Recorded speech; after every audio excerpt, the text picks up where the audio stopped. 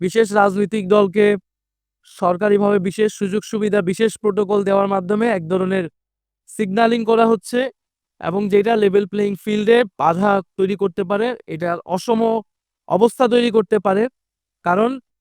প্রশাসনের বিভিন্ন স্তরে কিন্তু এইটা এক ধরনের মেসেজ যায় যে সরকার কার পক্ষে আছে, বা মিডিয়াতেও আমরা মনে করতেছি মিডিয়ার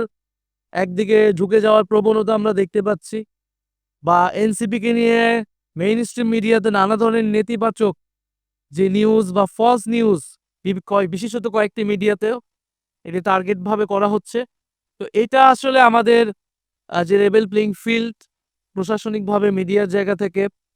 সেই সুযোগ সুবিধাটা কিন্তু সমভাবে যাতে হয় সেটা আমাদের চাওয়া থাকবে, এবং সরকার এবং নির্বাচন কমিশনের কাছে কিন্তু বারবার আমরা এটা বলেছি। আমাদের নির্বাচন কমিটির চেয়ারম্যান তিনি ইলেকশন কমিশনে গিয়ে কিন্তু এই বক্তব্যগুলো দিয়ে এসেছে, এবং আমরা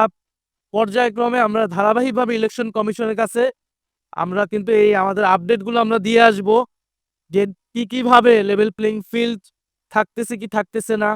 বা আমরা যে নির্বাচনের মাঠে যাচ্ছি সেখানে আমরা কোন ধরনের বাধার সম্মুখীন হচ্ছি।